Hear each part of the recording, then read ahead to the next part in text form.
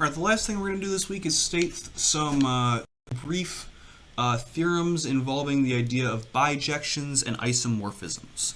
So we've seen that linear transformations can be both injective, one-to-one, and surjective onto, and this is going to be a section that kind of talks about a special type of linear transformation. So we say that a linear transformation going from V to W is bijective if T is both injective and surjective. We're going to call a bijective transformation a bijection or an isomorphism.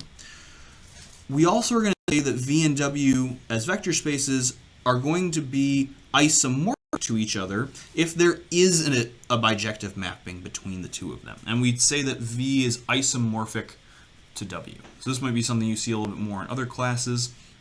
So notice that before we found that we had some transformation that was a bijection.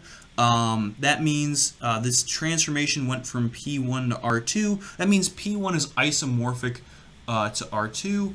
And it's not a coincidence that the dimension of P1, which is 2, is equal to the dimension of R2, which is also 2. So a little bit of a lemma here. Think of it as a mini theorem. Let V and W be vector spaces, and B is a basis for V with vectors V1 through Vn within it. We say that T going from V to W is an injective linear transformation if and only if the transformed version of each of those basis vectors is a linearly independent set in W. And there's a nice long kind of proof you can read. I'm not going to go through it right now. That kind of shows that this ends up being the case. So notice that what we're really saying here is that if V is an n-dimensional set, then basis elements of V map to the basis elements of an n-dimensional subspace of W. So in particular, if the dimension of W, the codomain, is also n, then this basis for V is going to map directly to the basis for W. And this leads us to kind of a very useful result that we kind of saw through the ice. And it says that given a finite dimensional vector space V and a finite dimensional vector space W, then V is isomorphic to W if and only if the dimension of V equals the dimension of W. So in other words, what we're saying is in order for bijections to exist between two vector spaces,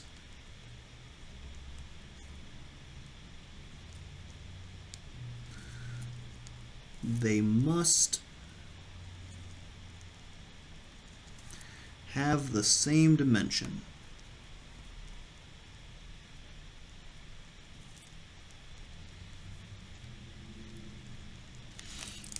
And then below, there's kind of a very long, drawn-out proof.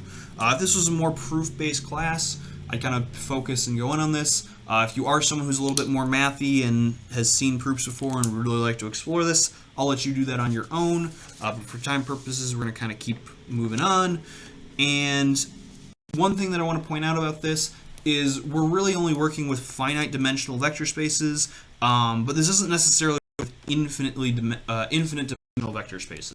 What's an infinite dimensional vector space, you ask? That's a great question for grad school if you go there. Otherwise, not a thing you're really going to have to worry about. And most of the time, you're not going to have to panic too much about it. So this is a useful tool for creating isomorphisms if they exist. And what we're saying is isomorphisms exist between two vector spaces so long as they have the same dimension.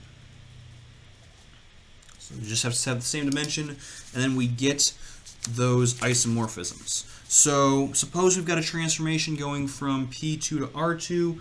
We want to go ahead and try to use this idea of the dimensions to figure out which of these properties we could have. One-to-one, onto, or maybe have an isomorphism or a bijection. So note the dimension of P2, which is our domain, is 3. And our dimension for R2 is 2. So the dimension for the domain in this case, is greater than the dimension of the codomain. So kind of remember what we were talking about on the ice.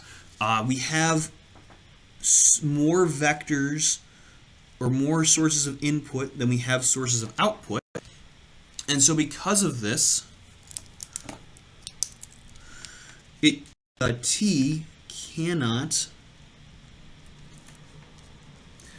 be one-to-one.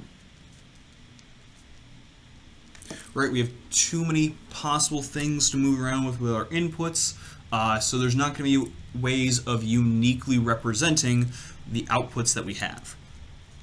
However, T could be onto.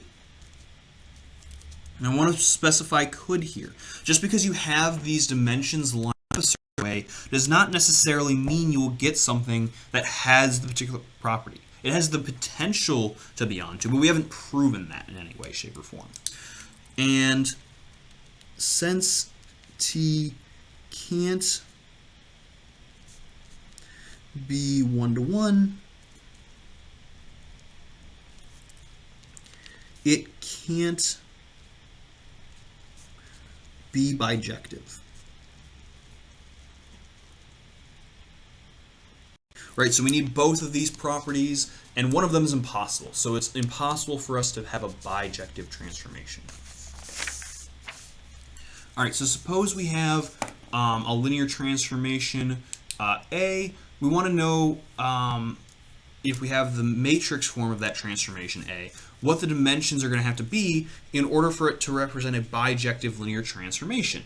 And what we said before is that the dimension of the codomain is equal to, let me use this as a little bit of a backdrop so I don't tear through the paper, is equal to the number of columns, sorry, the number of rows of A, and the dimension of the domain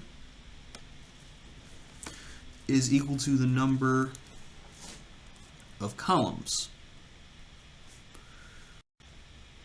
of A. So this is something we kind of have to recall from earlier before. So for a bijective transformation, these two are equal.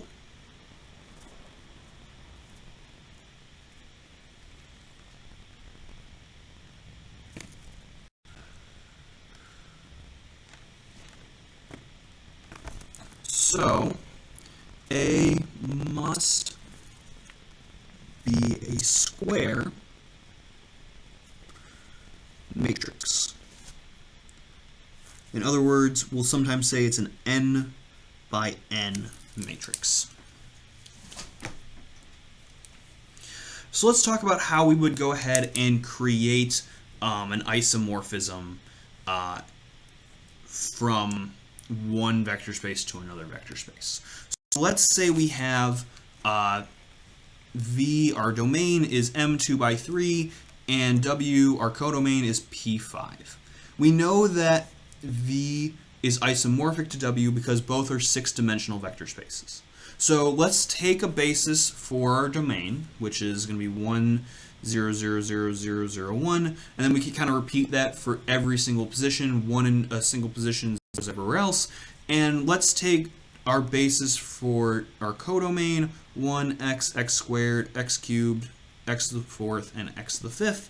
We could create a bijection using kind of our theorem from before, and what we'll do is we'll take each of these different elements from our basis and we'll create a transformation that will go ahead and map to a different element of the codomain. So maybe 1, 0, 0, 0, 0, 1 becomes x. Our next second vector in our basis when transformed should become, so this becomes 1, this becomes x, this next one will become x squared, then x cubed, then x to the 4th, and then x to the 5th. So what we need to do is we need to create a transformation that does this, that transforms each of these to one of these different vectors in our codomain basis. So what we'll do is we'll create a transformation that will take some a, b, c, d, e, f and spit out an a plus bx plus cx squared plus dx cubed plus ex to the fourth plus fx to the fifth. And what it'll do then is when we transform each of these individual vectors, it should give us this as an output, and then we have a transformation that will be one-to-one and onto. We can kind of check those properties as a little bit of a extra thing. Maybe you want to talk about it on the discussion board.